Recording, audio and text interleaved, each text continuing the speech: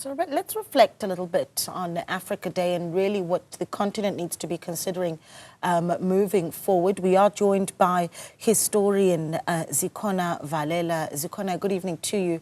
Thank you so much for joining us. I actually do want to start with this.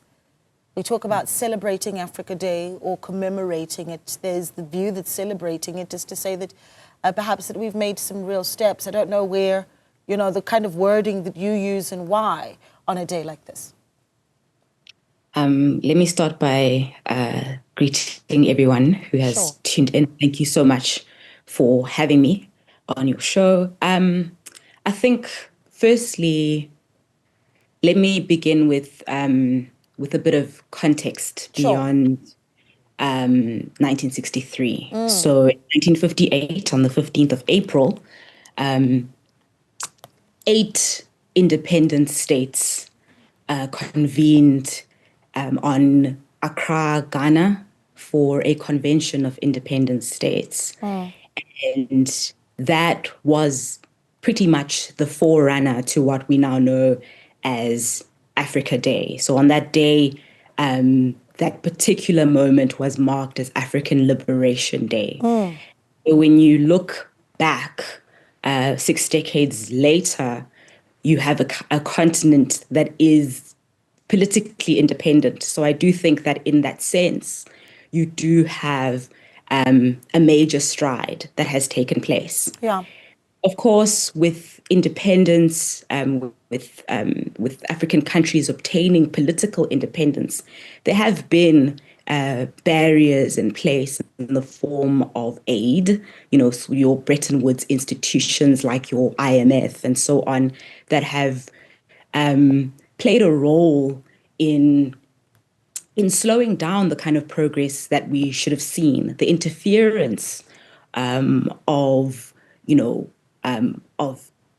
imperialist forces in terms of their role in assassinations. If you think about Patrice Lumumba, who was assassinated 65 years ago this year, those are the types of things that have slowed down the continent's progress. So yes, it's a bittersweet moment to reflect on when we think of Africa Day and what the dream was. But I think when we look at the theme this year, which is revisiting our history, shaping our future, I think it's an opportunity for us to really try and sort of have an almost Sankofa type of moment in which we reclaim and go back and get the things that are ours, you know, when it comes to thinking about, improving this continent, when it comes to building solidarity in terms of some of the discussions that are being had around conflict, around terrorism, as we've seen in the program so far, you know, with some of the people that have made interventions. So I think it's a moment of reflection. It's a moment to mark some progress, but it's also an opportunity for us to see where we can sort of tie up some loose ends when it comes to the work of solidarity building, the work of strengthening our economies, the work of peace building. Yeah, it's such an important day because, and it's interesting that you go all the way back to 1958. In Accra, and I'm, you know, quite passionate about wanting for many South Africans to actually know some of this history for the continent, right? That Ghana, for instance, the first country on the continent to be liberated from colonialism, almost sort of leading the way for other African countries, really important. So 1958, an important moment. Well, then we skip forward to 1962. And I reflect on how that is 62 years ago. Since 1963, with the establishment of the Organization of African Unity. Now we know it as the African Union, and we talk a lot about whether or not this is a toothless institution in South Africa. And perhaps we can talk about where we have seen the green shoots of what the AU has been able to do. But also, if we expand it even and say, even just some of the regional blocks and how they've been able to successfully coordinate unified intention in the regions. Yeah, I think, you know, in terms of those particular issues, I mean, you know, with with corruption, because I mean these are things that are also connected um, to political wills or lack thereof of sovereign states, and so some of the things that we feel might not necessarily be what things that we feel aren't necessarily, sort of moving in the paces that they should, are also influenced by that. The kind of leadership that we've put in government, or sometimes leadership that refuses to leave.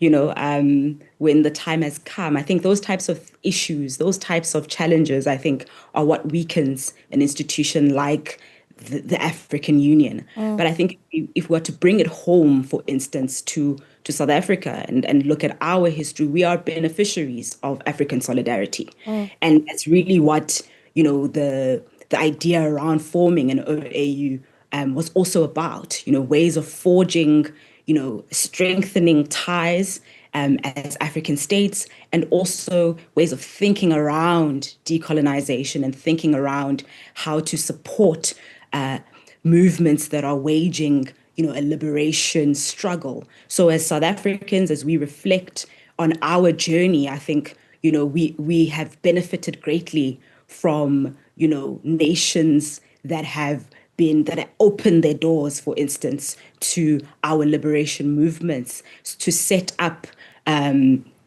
bases in which to expand global cause for liberation. And so I think when we think about that, I think that's one major strength of the African Union. I think in terms of contemporary moments, I do think there's a lot to improve on in terms of solidarity with a state like the Democratic Republic of Congo, for instance.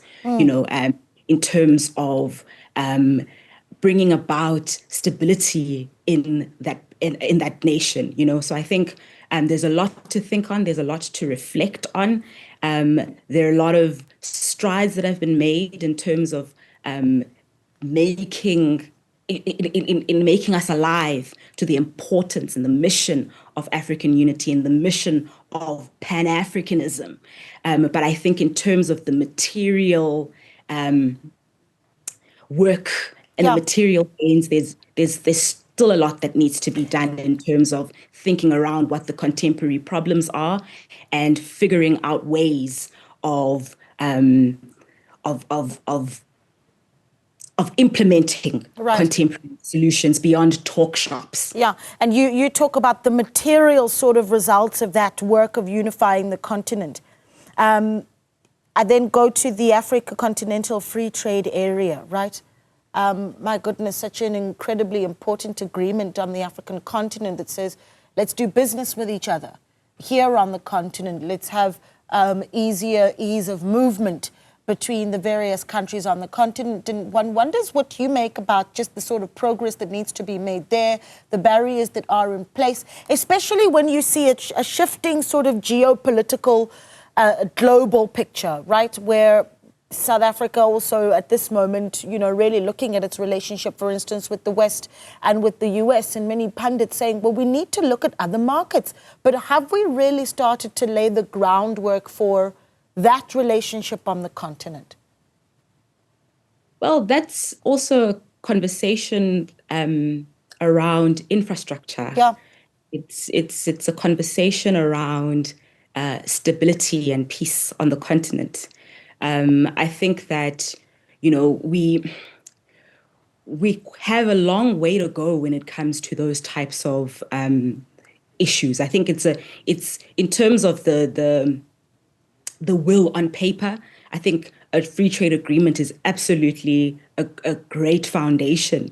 But I think that, one of the things that we face, one of the things that haunts us is the grip of imperialism on our continent, in terms of, you're previously Francophone, you're previously Lusophone, you're previously Anglophone, and so on. And the influence of those forces that remain to this day and the ways that they inform how we do business with one another. Because in the Bretton Woods institutions, as I had said earlier, have quite a firm grip still on the continent, which has led to us almost being perpetually dependent on aid and on a stronger power, Western forces in particular, and even Eastern forces. So I think, in terms of the will, in terms of what has been agreed to, in terms of what's on paper, we are definitely at a good starting point. But in terms of infrastructurally, there's a lot of work that needs to be done. There's a long way that we have to go. But I think that's a mandate that our generation should really think of taking on, in terms of bringing about an Africa for the next generation that will be far more stable, that will be far more peaceful, that will be far more economically viable. Yeah. Zikhona, it's been such a pleasure speaking to you, and such an important moment for us all as Africans to introspect, think about how far the continent has come, and certainly what needs to happen moving forward. And actually, I'm thinking now of a quote by Kwame Nkrumah, who was, of course, the first Prime Minister of Ghana, who's quoted as saying, "We face neither east nor west, we face forward." Something for us perhaps to all reflect on this Africa Day.